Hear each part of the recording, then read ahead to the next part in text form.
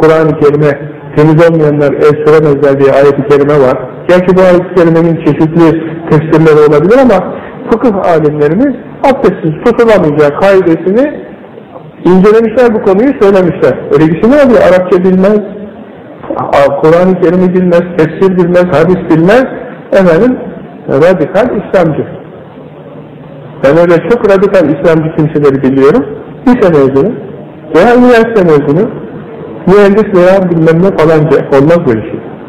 Bu iş oyuncak değildir. Din ilmi hiç oyuncak değildir. Kendi reyni ile Kur'an-ı Kerim'i tefsir eden cehennemde yerini hazırlasın diye şey var. Yani kendi gücüyle olmaz bu işler. Bir şer'i delile, fıkhi bir mesnede dayanması lazımdır içtihadın. Bu da bu işi bilen aklı başında insanların işidir. Bizim Mehmet Emin En Hoca Mısır'a uğramış, orada alimlerle sohbet etmiş, geldi. İşte görüştük burada. Diyor ki orada bir mesele soruyorum diye, kendisi fakih, ihtilaflı olan bazı meseleleri soruyor, yani onun kanaati nedir diye karşısına. Şöyledir, atıyorlar diyor, şöyledir. Peki delili nedir? Onu kaldırıyor diyor, yani delil düşünmeyi, getirmeyi şey yapmıyor. Adam düşünüyor kafasında, şöyledir. Bizim radikaller de öyle.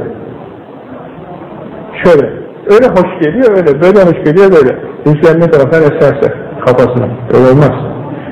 Bak, ömrünü fıkıh ilmine vermiş olan Mehmet Emin Er Hoca ayıplıyor. Delilsiz konuşuyorlar diyor. Peki niçin diyorum diyor, sebep söyleyemiyorlar diyor. Sebep söylenmeden olmaz ki. Kaynak gösterecek, ayet ve hadisten nesnet gösterilecek. O olmadan olmaz. Tüfek almak niyetindeyim. Şu anda mezun olma aşamasındayım. Bitirdiğim parayla bilgisayar alabilir miyim? Evde ruhsatsız bir çifte var. Gölcük'te oturmaktayım.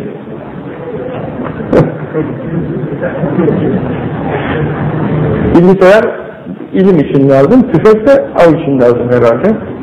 Tüfekten ne olur ki yani?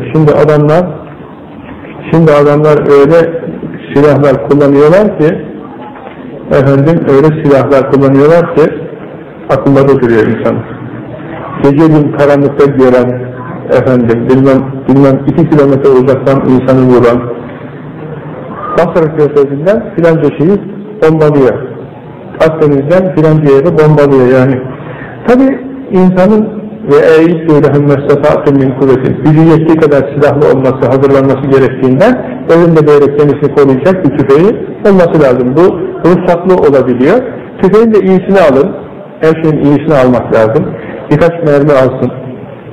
Benim de var şahsen. Köyde de var, orada da var, burada da var. Yani içine 7-8 mermi alan, menzili uzak, efendim yanında mermisi bol. Tabi ruhsatlı her şey. Aşikar. Bunların olması lazım. Neden? Hırsız gelir, deli gelir, divane gelir. Efendim, insanın savunacak bir şeyin olması lazım.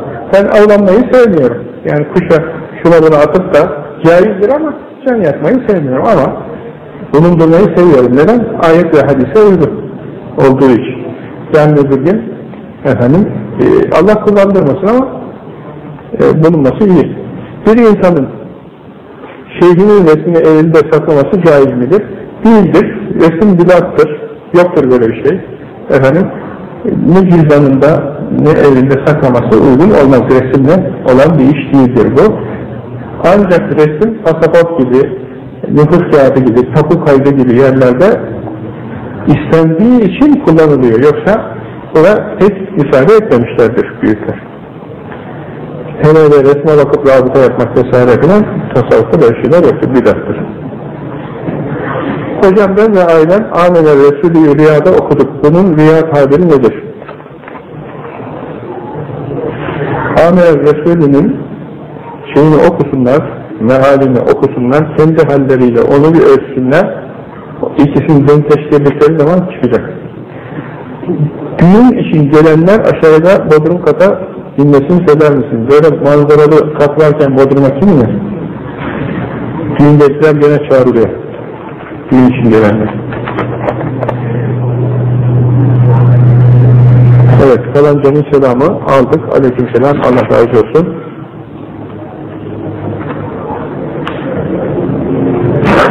Banyonun içinde namaz abdesti alırken abdest dualarını okumamızın mahsuru var mıdır? Yoktur. 100 numarada okumanın mahsuru vardır. Helada abdest almak zorunluluğu varsa o zaman orada abdest duaları okunamaz. Hela olmayan bir yerde abdest duaları okunabilir ve okunması lazım. Abdest dualarının sevabı çoktur. Abdest dualarının kazancı fazladır. Onları ezberleyip abdestli olmak lazım. Nasip olursa hafta içi köye gitmeyi düşünüyoruz. Nasıl buyursunuz? Allah sıhhat afiyetle gidip huzur saadetle gelmek nasip etsin. İyi tatiller nasip etsin. Efendim ve gittiği yerde İslami hizmetler, tebliğ, irşad çalışmaları yapmasını, etrafını biraz uyarmasını, uyandırmasını tavsiye ederim.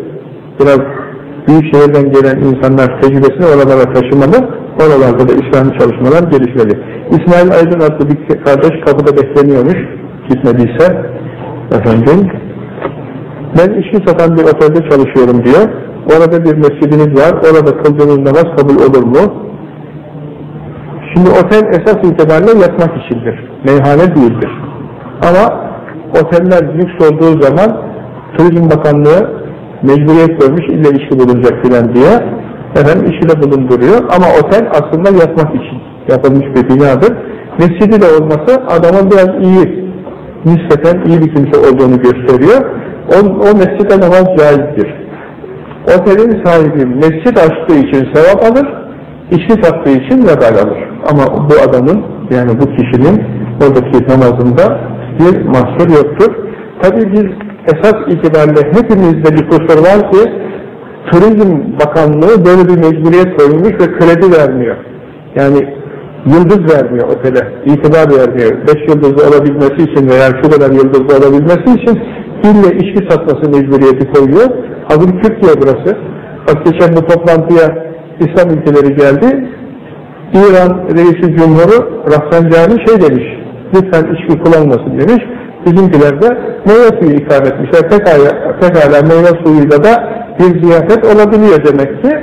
Efendim, Rafsanjani sevabı kazanmış, gitmiş. Çünkü orada bir şeyi de engellemiş oldu. İçki ikramını da engellemiş oldu. Bizim de biraz aktif olmamız lazım. İsteğimizi söylememiz lazım. Efendim, gittiğimiz otellere mesela içkili otele İşi olduğu için gitmiyorum demeniz lazım. Olmasa demeniz lazım. Bir de Turizm Bakanlığı'na bu hükmü koydurtmamamız lazım. Yani 5 yıldızlı bir otel olabilmeli ama içki satmak mecburiyeti zorlanmamalı adama. Yani turistlerin keyfi olacak diye.